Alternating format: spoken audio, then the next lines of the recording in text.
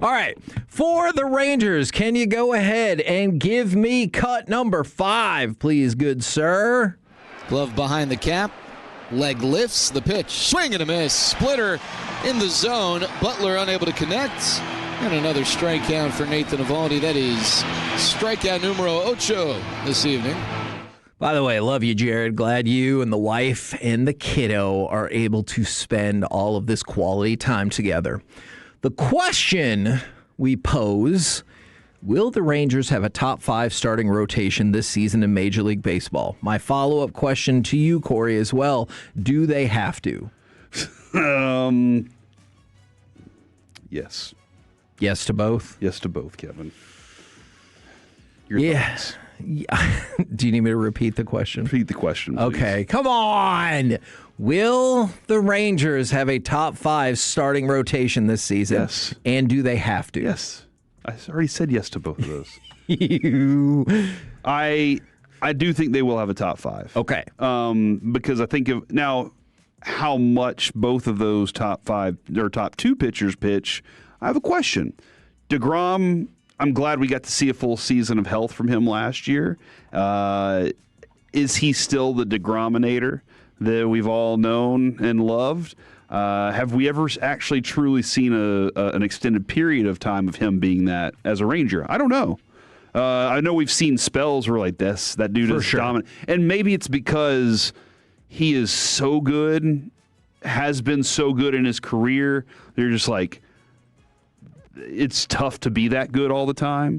And he makes it look easy. He really does. Eovaldi, since he's been here, has spells in a season where he just wears down. Yeah. That is just how it is. And if you want him for a playoff run, you kind of have to deal with that because I'll be honest, I don't know if there's any other pitcher I'd want. That pitcher right there, I'll take into above almost everybody out there when it comes to a playoff scenario. And I know you're like, but hold on, what about Skubal? What about Skeens? No, I understand. Eovaldi's proven. Yeah. Jack Leiter had a couple innings yesterday. Gave up, I think he struck out one, had a walk, had a hit, given up. That was it. Nice work, Jack Leiter. I feel like he's making that progress to the next phase. And then Mackenzie Gore, we'll see. We'll see on him. Right. But I have high expectations for him. Now, here's my thing, and I think a lot of Rangers fans out there are kind of in the same place with this. Maddox is gone. Yeah. Maddox was definitely a key for sure to the success that you had you've had the entire time. How much did he teach Teagues? Right. How much do you believe in Teagues already? And that's what is because I feel like Maddox's entire approach is just throw the ball low. Keep throwing the ball low, and we'll be fine. Stay at the bottom of the strike zone, unless you need to get a guy off balance, then throw high and at his face. Don't hit him in the face, just throw near it. That seems to be the approach that they had. Well, you didn't get shelled too often, and that's a good thing if you can execute those pitches. So I am kind of curious as to where the approach is going to be. What's the main factors of what Teagues has? So I'm excited though. You have talented pitchers there. Now, CBS Sports agrees with you for the most part. They have their top rotations looking a little something like this. Let's go all the way up to number 1. Hey, guess what? It's the Dodgers. Then who do they even have? Everybody, all of them.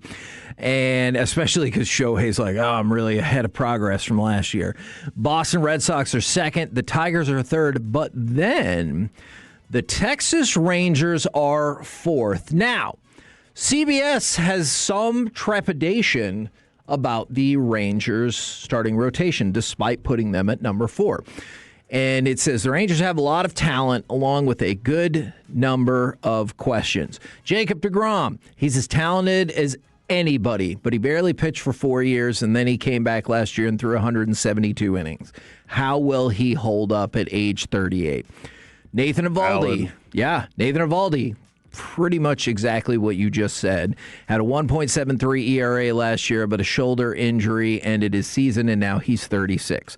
Mackenzie Gore was an all-star for the Nationals, but then fell apart in the second half with a 6.75 ERA and a whip of 1.7. Look, we've talked about this. I still think that boils down to a span, and we had him on the show. 3 out of 4 starts in succession were just awful. But the rest of his second half was good. And so I know you look at the second half and you're like, it was trash. It wasn't trash. That 3-start run was trash, but the rest of it was fine.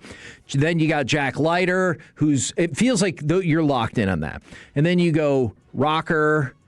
He's had some subpar results. Latz, he only has 9 starts. Cody Bradford, he's shown flashes. He still hasn't pitched an entire season. And then Jordan Montgomery, when he comes back at the midway point, obviously he fell apart. Not before last year. And so you've got 8 guys, 4 of which I feel like you feel pretty confident, but they all have little something that we might be worried about. And I wonder, aside from Skeens and Skubal, which Skubal, his little something has got to be his contract situation. Is it a good or bad thing? I can see that. It's probably a good thing because it keeps him motivated, keeps him on cue for things, but it can wear on you, and it can become an excuse at times, too. You know what? Maybe I don't want to do that today because I've done all I need to do. Josh Hamilton. So like that could be a thing. But these two things are looked at separately, although they are complementary, and that is the offense and the offense and the pitching. And they get looked at separately, like, oh man, they had great pitching this year, despite how every single pitch was terrifying. If I give up a home run here, that's game. That literally could be game. Right. And I think that those two things are more paired. Their success this year is going to hinge on not just this pitching, but what those bats can or cannot do. Yeah, I absolutely agree with that, and that's why I asked, do they have to be yes, they have to. Top 5? And I think that's the concern that we all have. But until our offense proves to us that they can, that they don't have to.